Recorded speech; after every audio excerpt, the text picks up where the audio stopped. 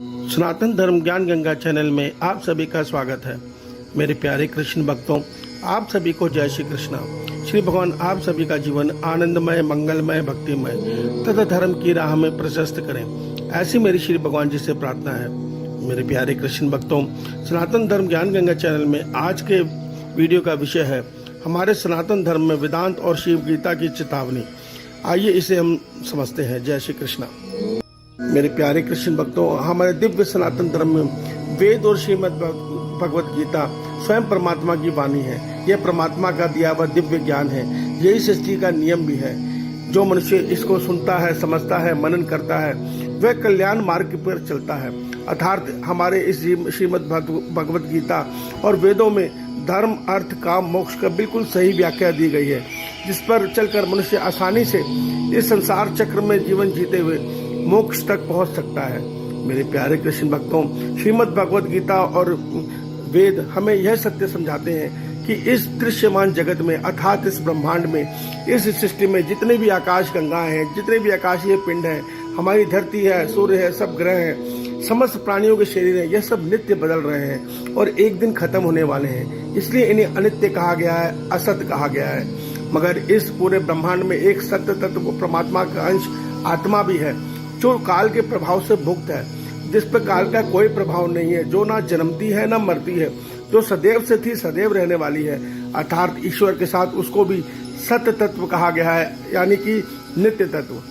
हमारा सनातन धर्म इससे आगे हमें यह रहस्य बताता है कि नित्य और अनित्य के इस भेद को जानने वाला मनुष्य ही सच्चा विवेक ज्ञानी है।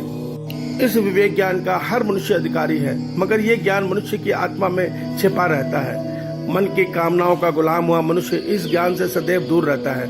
इस ज्ञान को जागृत करने का उपाय श्रीमद् भगवत गीता और वेद दोनों बताते हैं निष्काम कर्म योग। जब मनुष्य निष्काम कर्म योग के मार्ग पर जीवन जीता है, तो मनुष्य के अंदर का विवेक ज्ञान धीरे धीरे जागृत होने लगता है। उसके भीतर अज्ञान का प्रकाश, अज्ञान का अंधेरा धीरे धीरे दूर होने लगता है और ज्ञान का प्रकाश धीरे धीरे बढ़ने लगता है और मनुष्य सत्य और असत्य के भेद को जानने लगता है। देखिए, जब तक हम सत्य और असत्य के भेद को नहीं जानते, तब तक ही हम असत्य वस्तुओं के पीछे भाग रहे हैं, तब तक ही हम उन संसारिक सुखों के पीछे भाग रहे हैं। हम ये सत्य समझ तो रहे हैं, हम ये जानते हैं कि हमारी मृत्यु होनी है और ये सब छिन जाना है, फिर भी हम पागलों की तरह उसी को पाने की होड़ में लगे हुए हैं। क्यों? क्योंकि हम आत्मा है।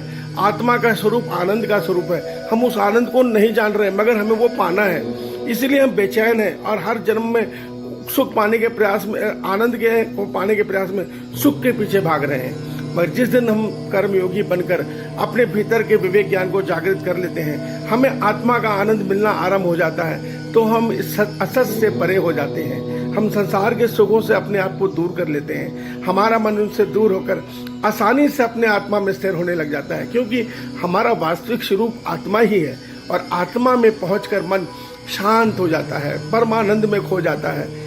तो मेरे प्यारे कृष्ण भक्तों, हमारे वेदों और श्रीमद् भगवत गीता की चेतावनी है कि जब तक हम मन के गुलाम हुए, मन की इच्छाओं के पीछे भागेंगे, हम जन्म मरण चक्र में भटकते हुए इस अपने भीतर छुपे आनंद से दूर रह जाएंगे, हम ईश्वर मिलन से दूर रह जाएंगे।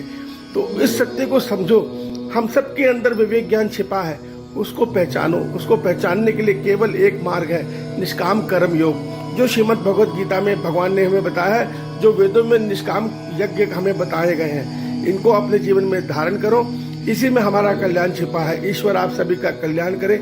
जय श्री कृष्णा, जय श्री कृष्णा, जय श्री कृष्णा।